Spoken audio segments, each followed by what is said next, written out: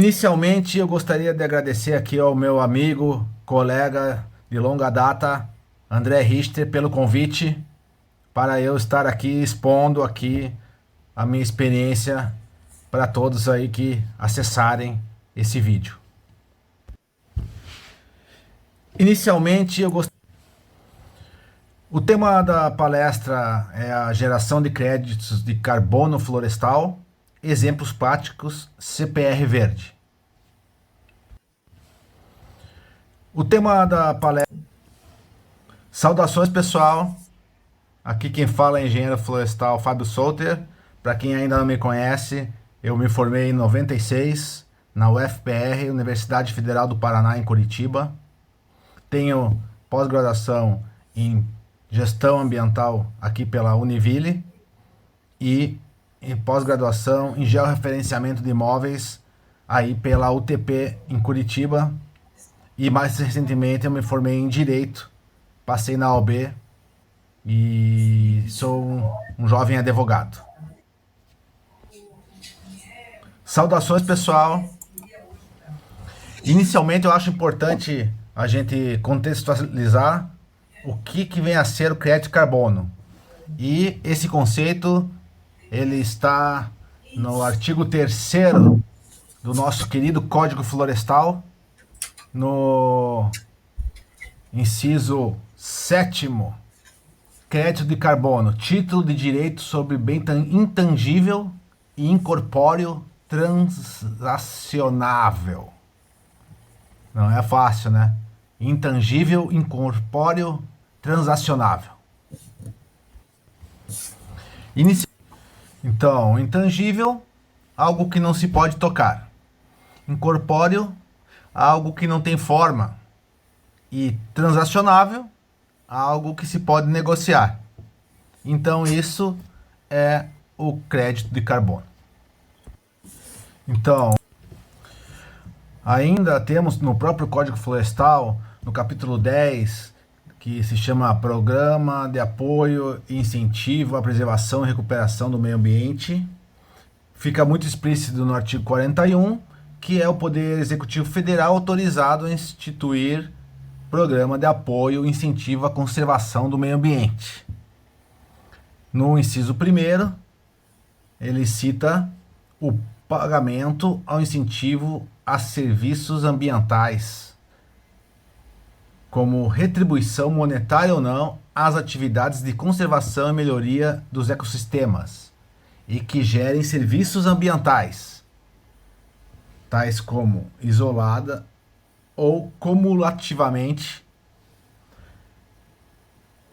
a sequestro, conservação, manutenção e aumento do estoque e diminuição do fluxo de carbono.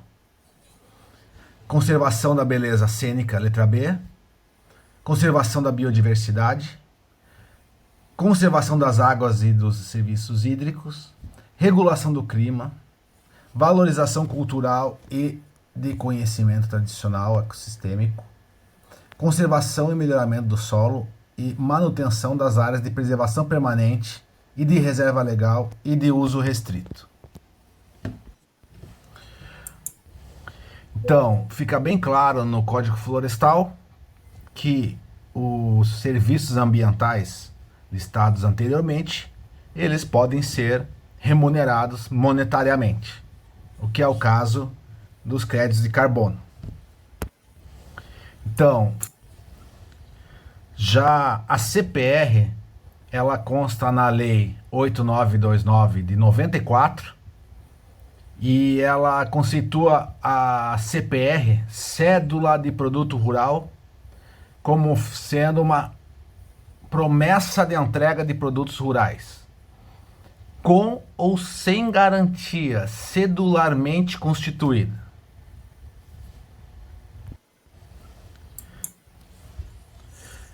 Neste mesmo artigo 1º desta lei citada anteriormente, no seu parágrafo 2º, ela cita que, para efeito dessa lei, produtos rurais são aqueles obtidos nas atividades, e vamos lá especialmente ao inciso 2º, relacionadas à conservação e recuperação e ao manejo sustentável de florestas nativas e dos respectivos biomas, a recuperação de áreas degradadas e a prestação de serviços ambientais na propriedade rural. Então, esses são os produtos rurais, que são os serviços ambientais que são, a partir desta lei, considerados produtos rurais. Posta a lei, a gente sabe que precisamos de um decreto para regulamentar. E esse decreto veio somente em 2021, que é o decreto 10.828, que regulamenta a emissão da CPR relacionada a atividades de conservação e recuperação de florestas nativas e seus biomas, de que trata o inciso 2º do parágrafo 2º do artigo 1º da Lei 8.929 de 94, que foi citado anteriormente.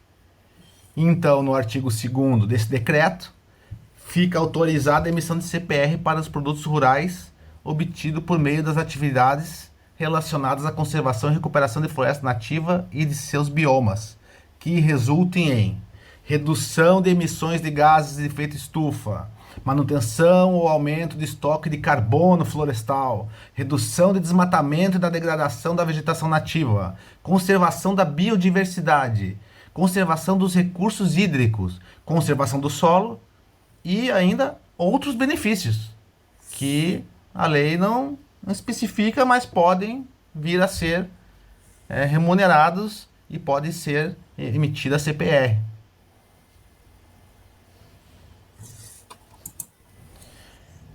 Então, assim que a lei, o decreto saíram, ficou possível a quantificação desses serviços ambientais para poder gerar a tal da CPR chamada verde, que é um apelido que foi dado para essa CPR, um apelido muito carinhoso que foi dado para essa CPR verde, que é a CPR ambiental. Agora eu vou falar um pouco do projeto que foi feito em Goiás, que eu fui procurado para fazer esse projeto. E inicialmente em uma das fazendas reunidas, mas já posteriormente já passaram para mais 2 fazendas para poder completar, que são as outras 2 fazendas que eles têm na região, somando 6.652,08 hectares de floresta nativa que foi inventariada e gerou o crédito de carbono, a CPR verde, que eu vou mostrar para vocês.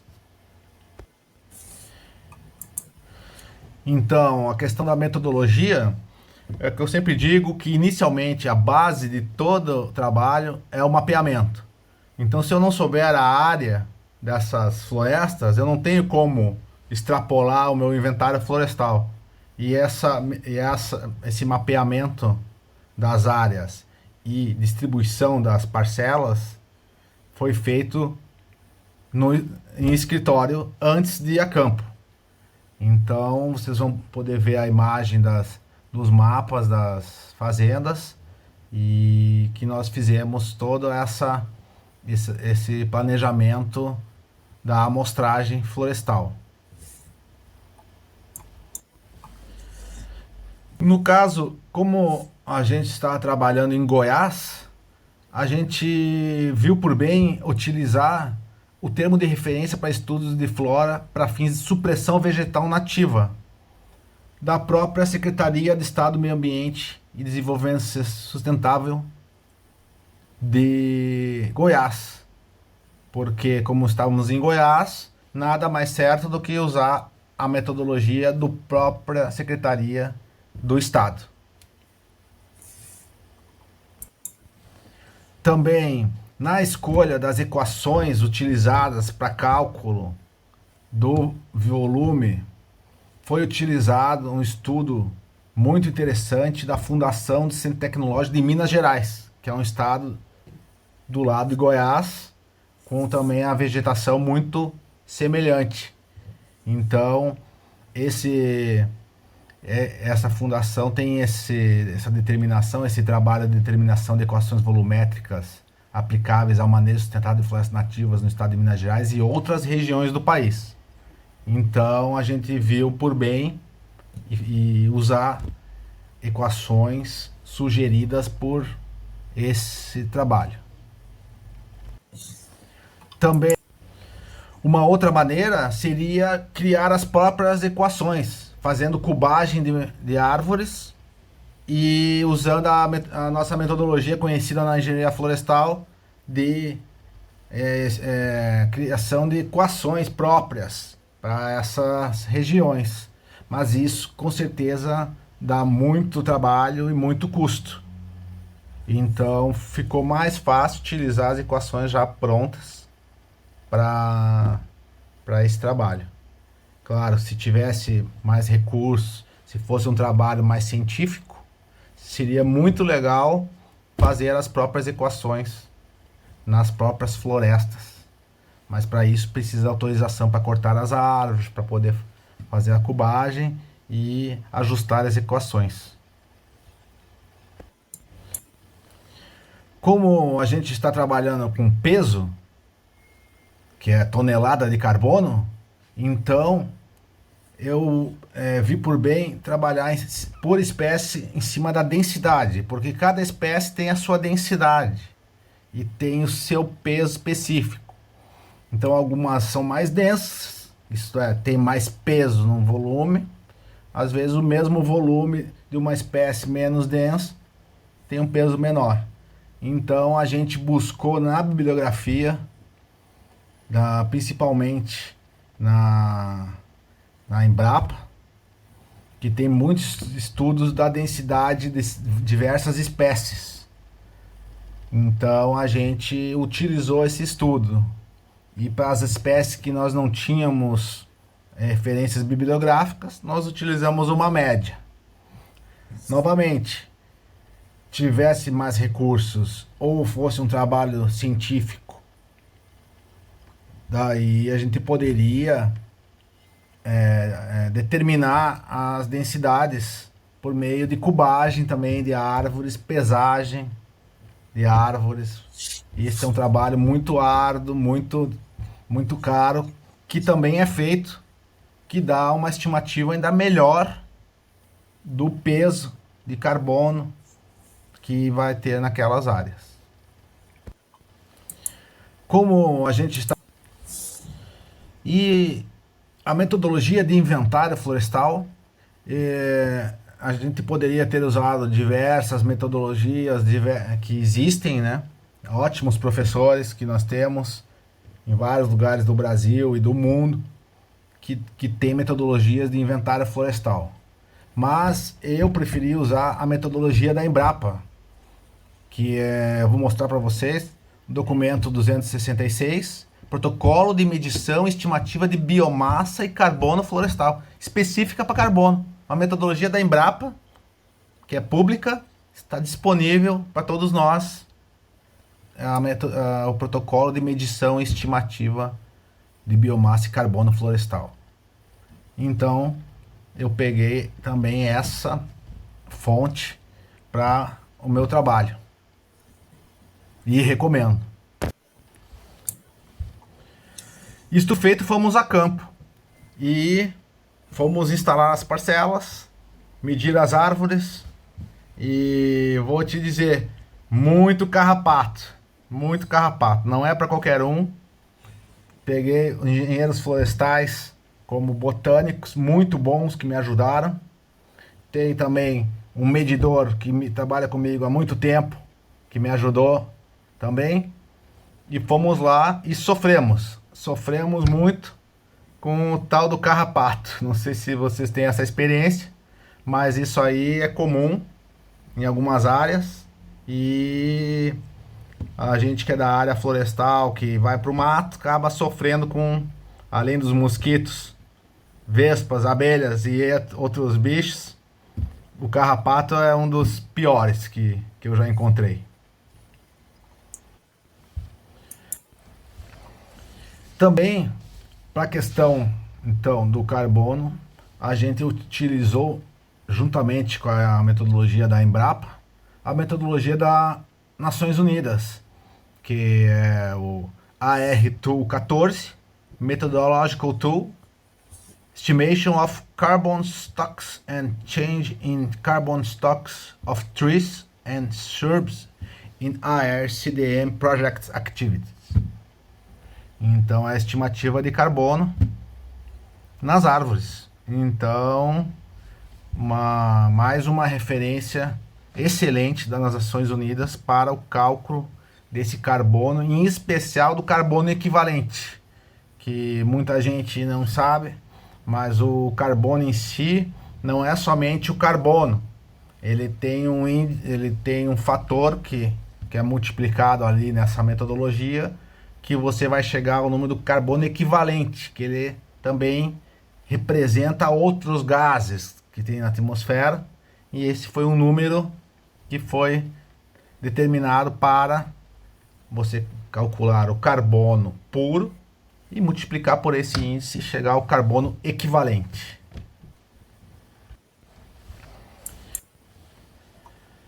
Todos esses dados, eles passaram por uma análise estatística, por questão da diversidade entre as parcelas.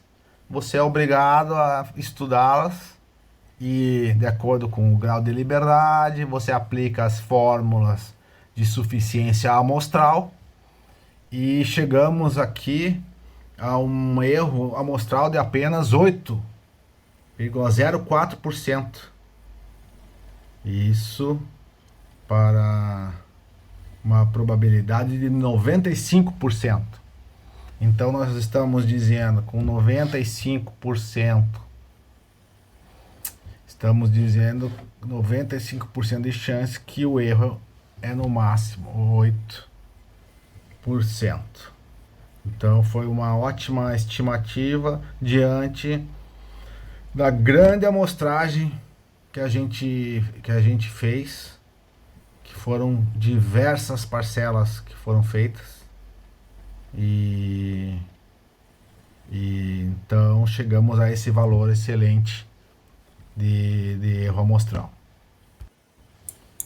Feito o inventário florestal, o relatório do inventário florestal, além de uma diligência em cima da documentação das fazendas, toda a documentação, inclusive foi exigida a questão também de controle de incêndios, que é um problema na região, porque o MAP Biomas tem o mapa dos incêndios ano a ano, e o pessoal queria saber por que teve aqueles incêndios na fazenda, e o que foi aquilo, e se foi combatido. Mas a fazenda tem uma brigada de incêndio lá, porque eles sofrem com isso lá no Cerrado, que ali é uma área de cerrado, latifoliada, uma área de transição. Como eu poderei depois, se quiserem mais detalhes ali, eu poderei fornecer para vocês. É só entrar em contato comigo, beleza?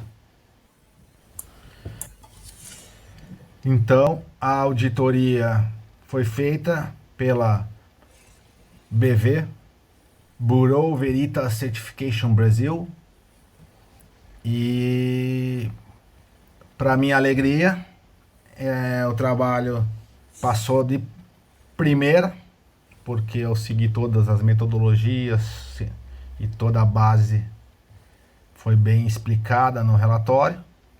Passou de primeira na certificação. E com essa certificação, mais o relatório, eu consegui cadastrar isso na Bolsa de Valores B3. E eu vou apresentar para vocês aqui a CPR como ela é. Como é uma CPR verde, em especial a verde. Então, para quem não conhece, a B3 é a Bolsa de Valores Bovespa, e ela tem esse serviço, que é o serviço de cédula de produto rural, de registro da CPR. Então, tem várias formas de você fazer esse registro. No meu caso, eu entrei como registrador. Hoje em dia eu sou um registrador. Eu tenho todo o meu cadastro na B3 e eu posso registrar CPR à vontade. À vontade, porém, cada CPR tem uma taxa que você paga para B3 também, mensalmente. É uma taxa percentual pequena, mas como a CPR muitas vezes tem um valor grande, isso aí acaba ficando pesado, ainda mais sendo mensalmente, né? Então, não é bem assim, ficar com uma CPR lá na B3, você tem um custo.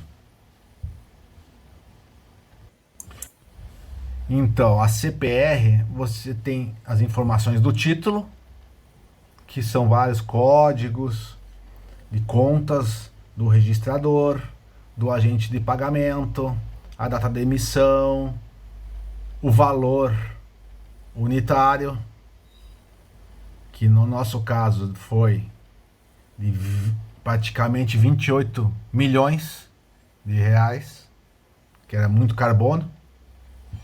E a gente pegou uma cotação de carbono que eu vou mostrar para vocês também um site onde tem a cotação e é em dólar. Então isso aí multiplicou pela cotação, multiplicou pelo dólar, foi para um valor de 28 milhões. Uma CPR de carbono. E data do registro, nome do registrador, tipo da CPR, que no caso é financeira, porque é intangível. E depois vem os dados da certificação,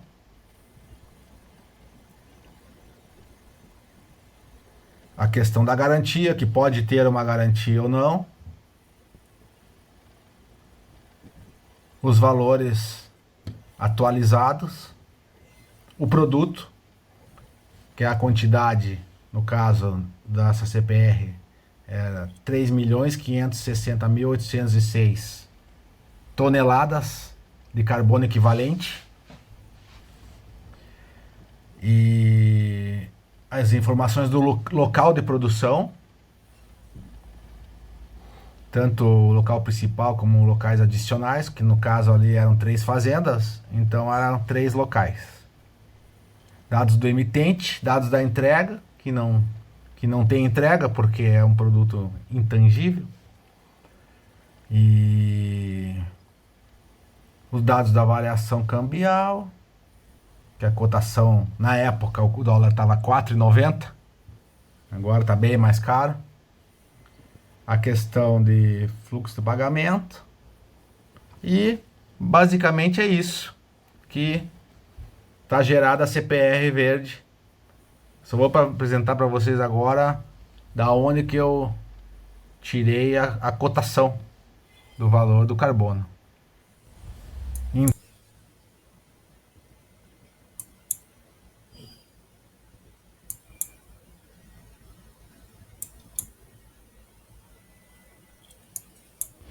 Então, na página carboncredits.com, você encontra na primeira página a tabelinha do valor do carbono. E no caso, eu estou vendo aqui agora preços mais recentes de carbono. Então, na página no caso, a categoria do nosso carbono é Nature Basis Offset, que ele está em 0,34 dólares. Para vocês terem uma ideia, a União Europeia Compliance Market, o carbono está 68,78 euros na União Europeia. Então, quer dizer, o nosso é 36 centavos de dólar. Nosso carbono aqui. A questão que o carbono lá é muito mais raro, digamos, né? Do que o nosso. Nós temos carbono de sobra aqui nas nossas florestas, né? E lá é muito mais raro, não tem tanto carbono disponível, né? Para estoque. Deve ser por isso. também a demanda maior. Então é pura lei da oferta e da procura, no meu entendimento. No caso, a